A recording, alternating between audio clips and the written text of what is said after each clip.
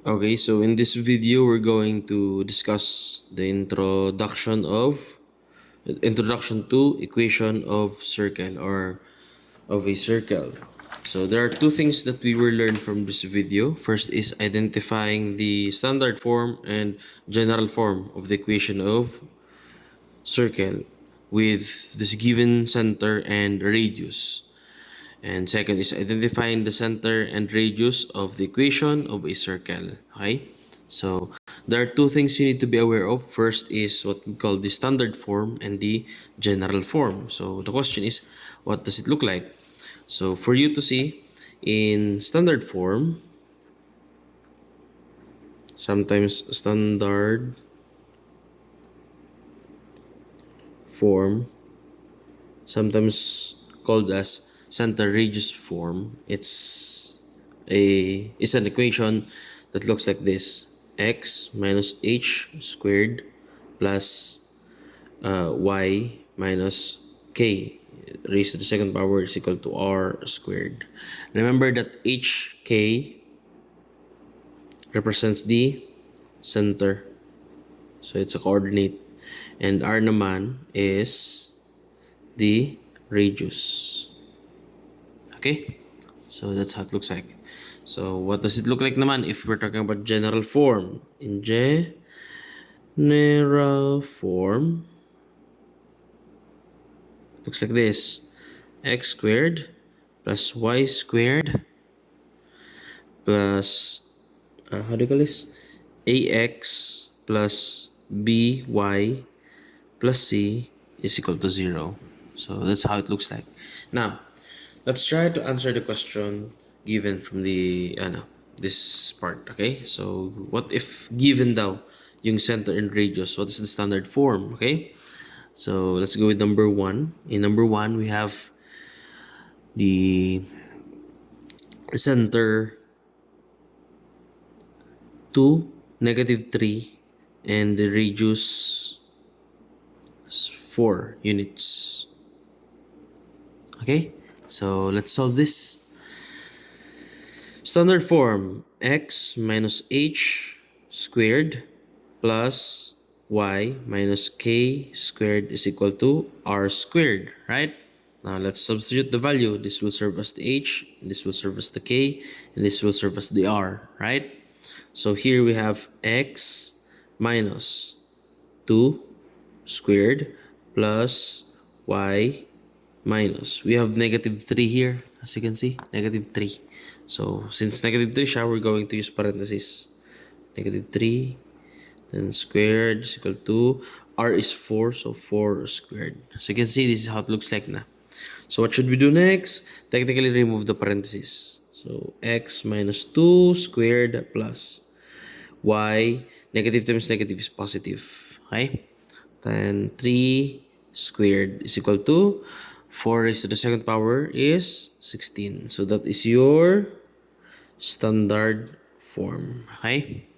So from standard form, let's look for the value of the equation for the general form. Okay, in general form, we just need to expand this. So this will serve as x minus 2 squared plus y plus 3 squared is equal to 16. Okay, so the best way for you to find the general equation or general form of the equation of a circle is do the expanding form of this perfect square binomial. Okay? So, ang gagawin natin dyan, expand natin. So, x becomes x squared, right? Then, x times -2 is x squared. X times -2 is negative 2x. Then, times 2 becomes -4x. So, we'll put here -4x. Got it? Then, -2 times -2 is +4. So, we'll put +4. Got it? Then goes to the next part. The next part, plus y squared. So put here y squared. Got it? Then y times 3 is 3y times 2 is 6y. So we're going to put plus 6y. After that, we're going to square the 3. So we'll have here plus 9 because the square of 3 is 9. Okay? Then we can have 16 on the other side. Okay? So now 16, we're going to put the 16 on the other side, which is the left part, and try to arrange this in a descending order. So we'll have here x squared plus y squared minus 4x, as you can see, plus 6y, then plus 4 plus 9 minus 16 is equal to 0. This is how it looks like. Then we're going to simplify this part. Okay, let's see. X squared plus y squared minus 4x plus 6y. 4 plus 9 is 13. Minus 16 is negative 3 is equal to 0. This will be our general form. So GF, general form. Here's the standard form, okay? It's easy lang naman bagay if you will just simply follow the rules, okay? Now, let's go with number 2. Number 2, it says that the center is negative 1, 5, and radius 6. So let's just simply write this one first here. Number 2, we have the center is negative 1, 5, and the radius is equal to 6. This is how it looks like, okay? Now, let's check. Here we have x minus. Since this is negative 1, we're going to put parentheses, negative 1 squared plus y minus 5, which is the value here. Okay? Squared is equal to 6 as the value of r, then squared. Okay? So what's next? We're going to remove the parentheses. Again, x, negative times negative is positive, right? Then put 1 here squared. Got it? Okay, so negative times negative, positive. Here we have what? Y minus 5 squared is equal to 6 times 6, 36. 36. Okay, this will be your standard form. Got it? So this is the answer. Okay, if you're looking for the value of the standard form. Let's go with the next part, which is the general form. Again, remember natin, first to make it x plus 1 squared plus y minus 5 squared is equal to 36. So what's the first thing we need to do? We need to expand the perfect square binomial. X times x, x squared. Got it? X times negative times 1, we have 1x. Times 2, of course, we will have plus 2x. Got it? What's next? You need to square the 1, which doesn't change anything, still 1. Got it? Okay, what's next?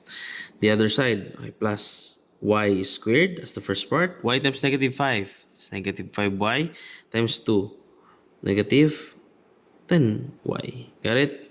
And negative 5 times negative 5, of course, becomes positive 25. Okay? Then we put the equal to 36. Got it? Okay, I hope you can still see it. Okay. After nyan, we're going to arrange na. X squared plus y squared plus 2x minus 10y. Then we put 1 plus 25 minus 36 to equal to 0. Got it? That's how you do it. Now, a question. What's the next part? In that case, technically, we're going to join the constant numbers. Okay, that's what you call it. Okay, so here we have x squared plus y squared plus 2x minus 10y. What's next here? We're going to combine them. 1 plus 25 is 26 minus 35. Of course, that's negative 10. Okay? Kasi 26 minutes na. 26 dito, I mean, minutes pala. 1 and 26, and 25 becomes 26 minus 36 becomes negative 10. Okay? So that's it. This is your general form. Okay? Now, let's go with the third one, the last question in first part. So that's the center here is 0, 0, and the radius is 5. So what's the difference here? Of course, it's easier because the center is 0, 0. So center is 0, 0, and the radius is 5. Okay? So how do we solve this? Of course, just simply substitute. So we have here x minus h squared plus y minus k squared is equal to r squared. So here we have x minus, what's h? 0 squared plus y minus 0 squared. Then r is 5. So 5 squared. Okay? So of course, you're going to write here, since 0 to, we'll put na lang x squared plus, here we don't have the value of 8k naman, so we'll write y squared already. And equal to 5 times 5 is 25. This is our standard form. Don't forget that pa. Okay, after nyan, we're going to move to identifying the center and the radius of each of the equation of a circle. But let's do that as another video or the part 2. Okay?